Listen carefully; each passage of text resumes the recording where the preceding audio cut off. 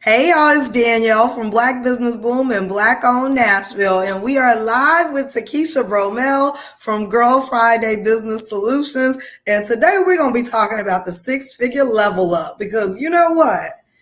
It's very possible. And I want for everybody who's tuned in to understand like it may seem far-fetched right now for you to think about your business even getting to six figures, but it is very possible. It's very possible for you to have six-figure months. And that's where we going with this That's thing. what we talking about. Yeah, Yes. we don't even have to talk about six-figure years. We're going to be having six-figure months. And Takesha is here to give us some tips on how to do that and tell us about her new ebook that's going to give us some of those steps as well. Welcome, Takesha. How are Thank you? you so much. I'm super excited to be here. Yes. Yay! I'm always happy to have you. And this is a topic that is important because we hear it all the time. Like everybody's wanting to get the six figures.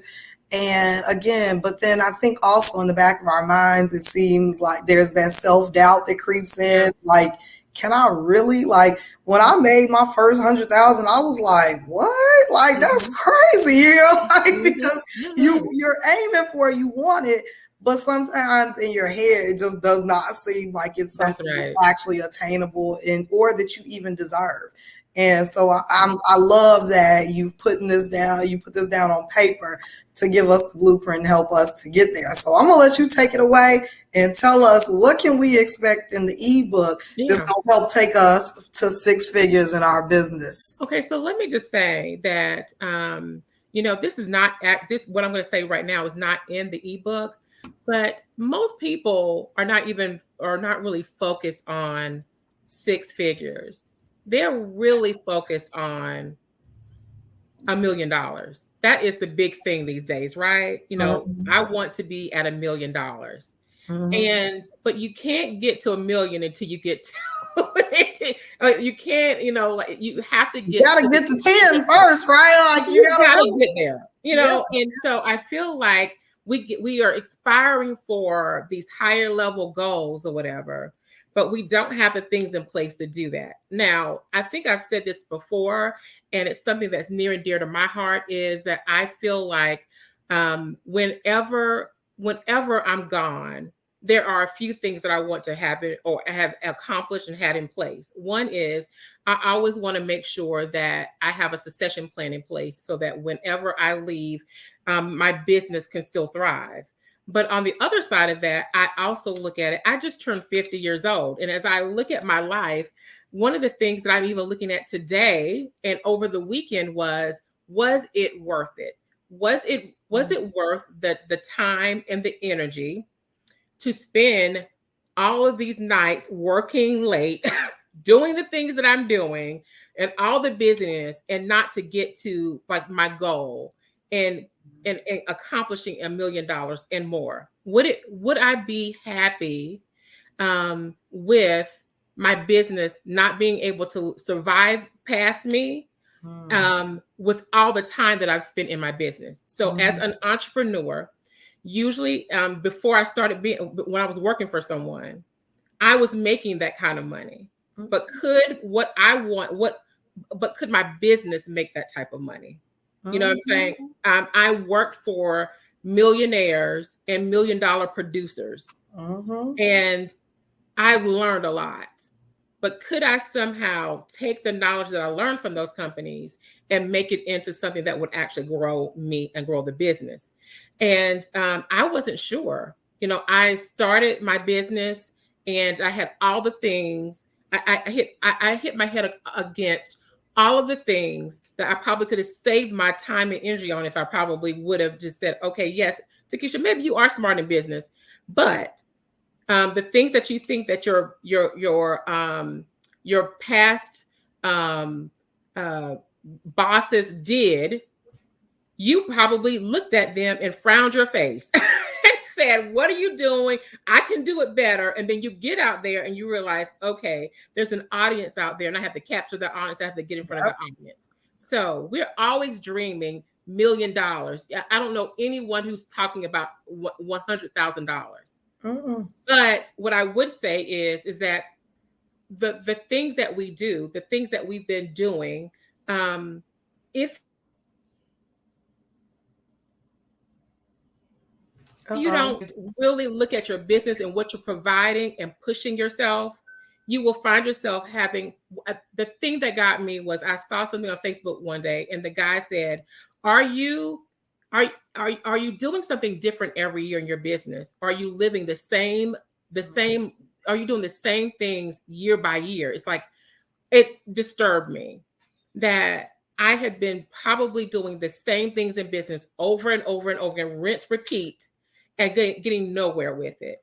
So moving from a place of $100,000 to a six-figure level up, it takes grit, it takes determination, but more so than anything, it takes a system around you that you disturb yourself. Yeah, and I tell you, a plan. I don't, Takesha, you there? You cut out. I'm here. There we go. Okay, but yeah, having a plan, and even like I said, I think starting with the mindset that it's possible, because sometimes we have to get out of our own way mentally.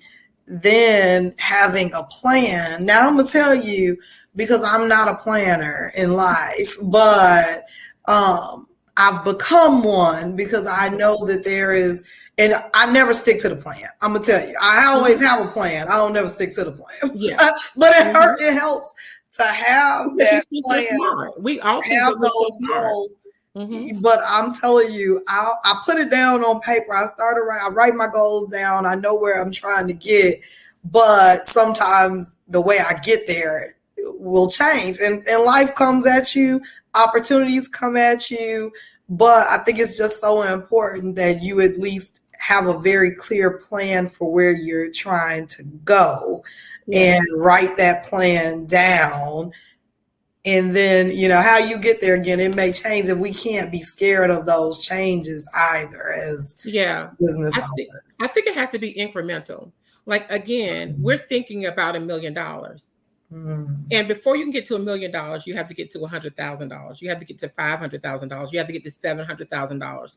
So I wasn't thinking about $100,000. And then at some point I had to get to the point where I was like, okay, how am I going to get there? I had to get there incrementally. Now, what I realized is that some things are inherently going to always be the same in business. You know what I'm saying? Like, can I speak, or how can I shout loud enough? Right? And that's marketing. You're going to always want to kind of like increase your market, and you're going to have to shout louder to do that. So that's there. You're going to always have, like, everyone has financial issues.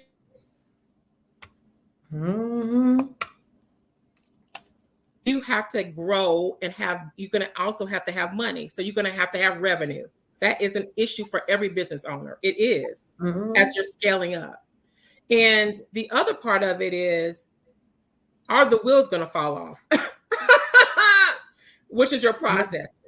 So I'm not saying that that's the only issues that you have, but in every area, as you're scaling up your business and you're pushing your business to the next level, those are the three things that will really focus, and that you have to really focus on in order to make sure that your business is scalable and that it continues to grow.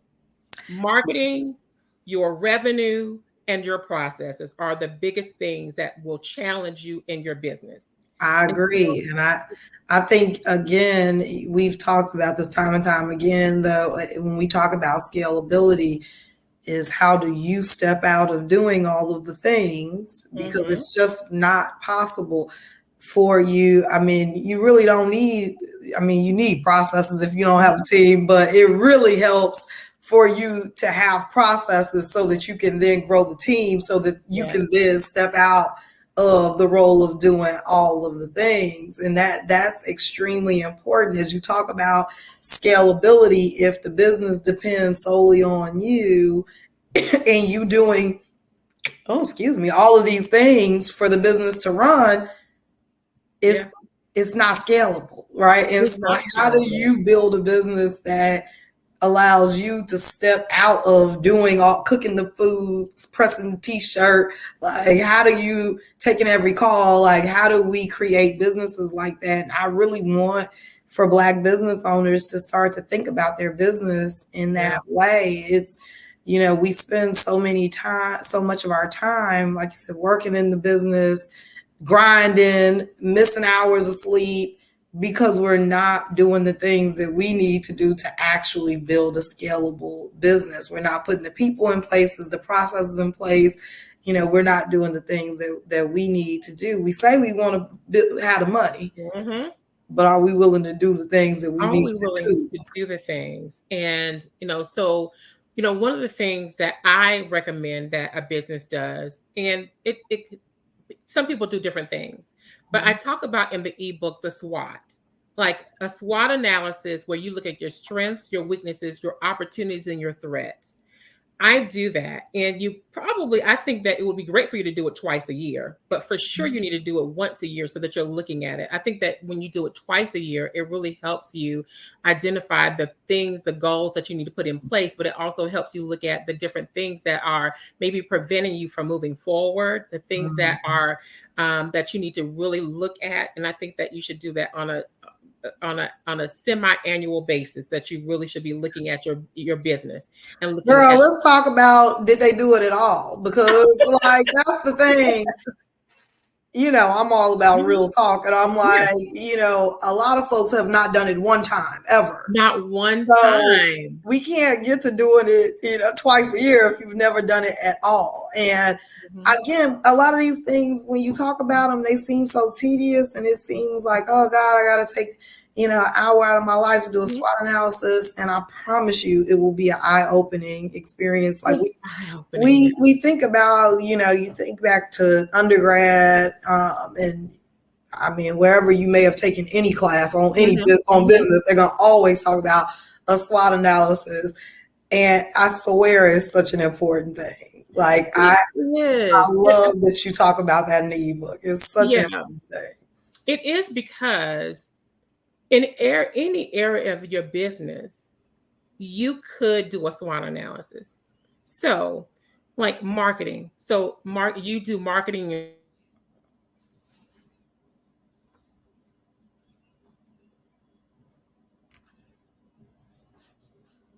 Uh-oh, I lost you. Takesha, can you hear me?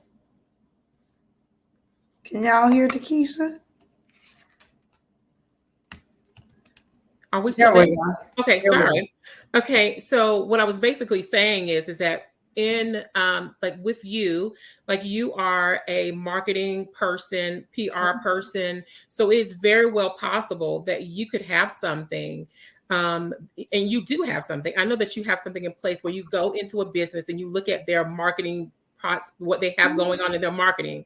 That is somewhat of a SWOT, where you're looking at what they're doing, how they're doing it, what makes them different than everyone. Is their marketing stale, or is it like things that they need to do in order to change their business and those kind of things? So you have those things that's already in. Yeah. And I'll tell you, there you go. On those things. I'll tell you one thing. My TSU class, one of my TSU classes this semester was a business consulting class, and I had them act as consultants for my business. And the very first thing I had them to do was SWOT analysis for both Black-owned natural and Black business boom. And I'll tell you, I think it's important that you do it yourself, but it doesn't hurt to have someone externally do that SWOT as well, because they will be brutally honest with you about some things. Sometimes we're like, oh, everything's going well, and it takes a stranger to come in and audit and really tell you, where your opportunities really are. And that was the most important thing for me, and having them doing it was, what opportunities am I missing? They were like, you could be doing this, you could be doing it. I'm like, never even thought about that, so I think that there's definitely a lot of value in doing it yourself. But then even if you can hire someone to, to come in and tell you where your blind spots are and where you might be missing out on money, which is and I challenge you to do it yourself, but I challenge you to then take that to someone else, and you see the difference between what you wrote down and what they actually see. And what I will tell you is, it's like when you bring someone else in, I know this month we're talking about on my podcast, we're talking about strategic planners.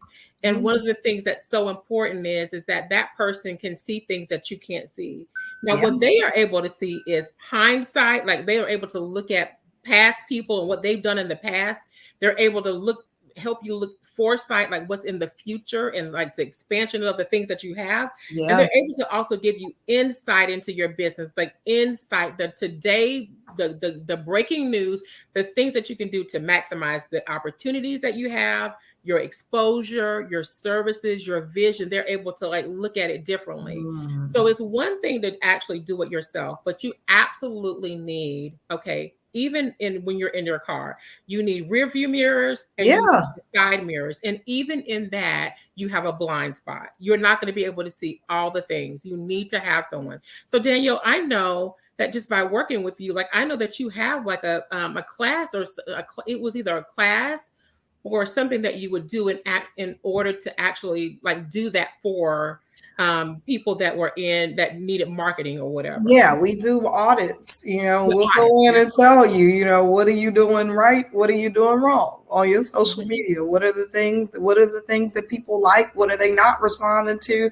Also, we'll look at your competitors. What are they doing? This is the content that people really like that they're posting. And so, like you said, sometimes you really need that external source to be like, okay, this is what's working. This isn't what's working. But I love the idea of you doing your SWOT analysis yourself and then taking it to somebody for them to review and see what you may have missed. I love the analogy of the car.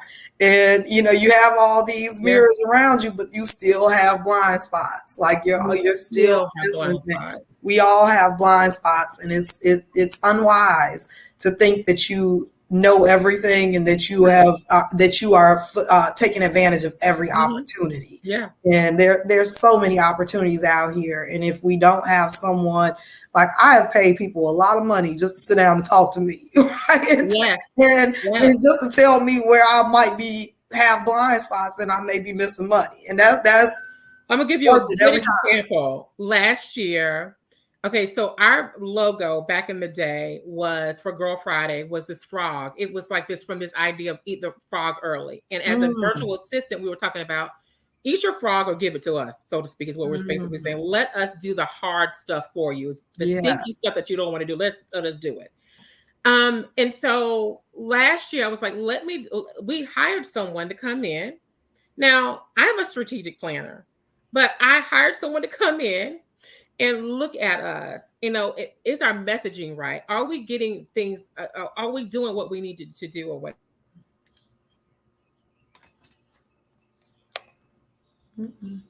Where we were, the frog didn't really represent where we were going.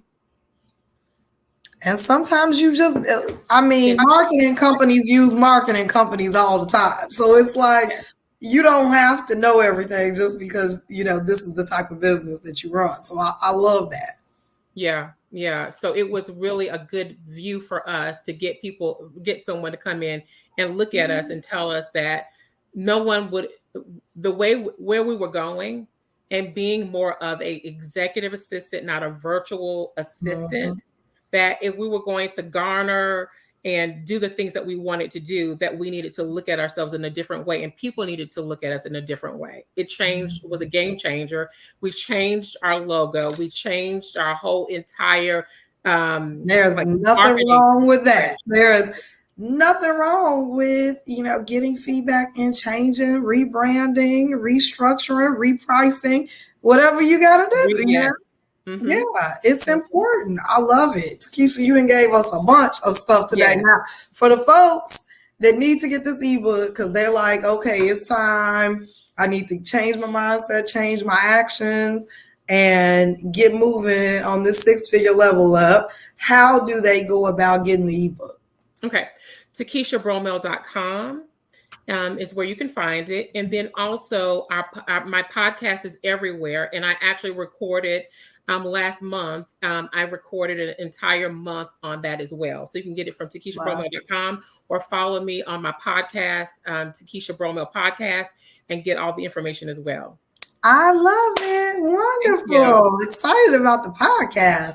Congratulations on that. And happy belated. I'm gonna have to get you on there soon. Okay. Yes, I love it. Fantastic. This was great. Again, just starting with the mindset and, you know, knowing that you can do that. You can get to six figures. You can get to that $1 million, but there's certain things you got to do before you can get there. That's exactly right. I'm telling you, get that SWOT analysis done. If you don't do nothing else, like I'm telling you, I used to think like, another class, another SWOT analysis. And now I'm like, man, like, where's my SWOT analysis? Let me see, where were those opportunities? Where are those threats? The threats are, I mean, it's important for you to know, you know, so to be watching the news, to be watching your industry, to be watching your competitors and know where those threats are. So, I mean, just that can really help to elevate your business and help to change, you know, your way of thinking and your strategy about how you're going to grow your business and scale it. Takesha, thank you so much. No, thank you so much. Wonderful as always. We're so happy to have you, and we'll see you again.